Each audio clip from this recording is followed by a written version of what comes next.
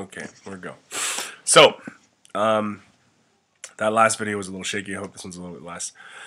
So yeah, so now you've been thinking about what is it that gives life value. And again, a tough question. I understand.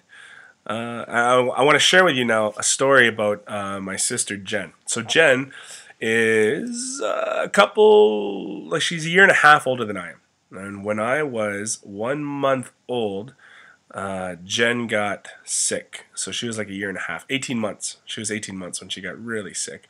She was walking and talking, and she was a really strong little girl, and everyone loved her. She was a pretty little thing.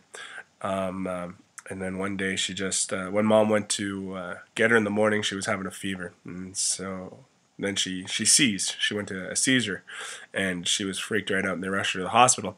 And the hospital wasn't really sure what it was. They were thinking maybe she's epileptic or something of the sorts, but they couldn't diagnose what the problem was. And she got worse and worse and worse, and eventually she went into a comatose state. And they didn't know what to do. They put her in a hospital, and they flew her down to Sick Kids. And at Sick Kids, the doctors said that basically they should have gotten her there sooner.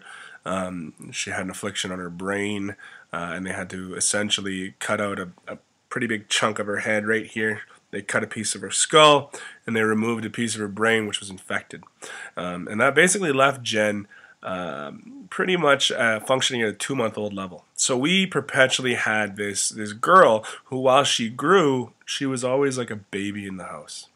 High needs. We had to outfit her house with wheelchair accessibility. We always needed to be cognizant and thinking about, is Jen thirsty? Is she hungry? We'd feed her pablum like a baby, or kind of mushed up food. So you've always got this thing in the back of your head of like, how's Jen doing? Is she okay? What are her needs right now? How can I help her? How can I serve her? To make her comfortable, to make her happy.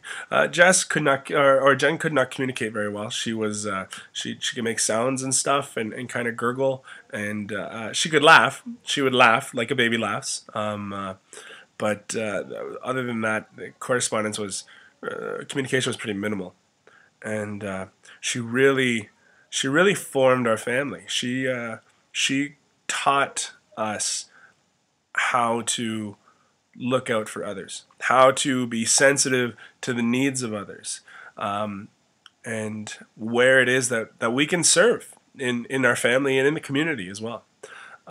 Jen taught us how to love in a very different way than anyone else could teach us. And we're very blessed to have her.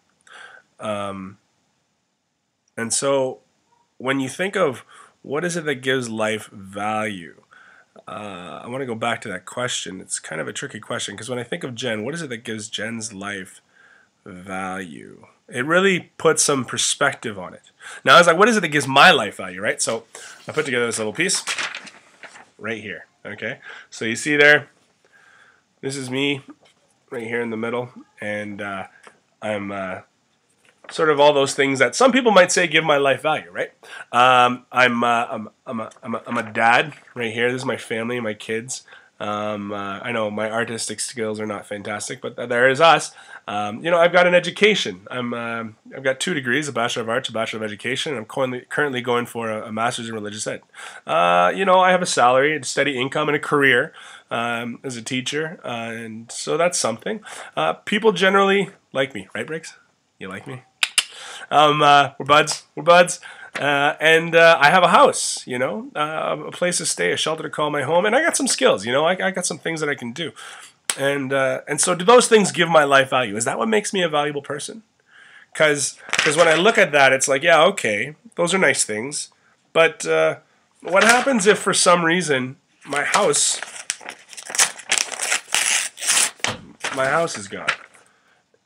And what happens if, for instance, I can no longer play the guitar, right? And then what about people don't like me? They're like, no, sorry, Daryl. I don't like what you're saying. I don't like your ideas. And then what if, for instance, my family gets in a car accident? I lose them all. And finally, I lose my job. and my education is for nothing, then does my life have value? Here, in this. And so what is it that gives life value? If all those things can be taken away from us, do they really define our lives as being valuable or not valuable? What do you think? If all those things are taken away from me, what value do I have?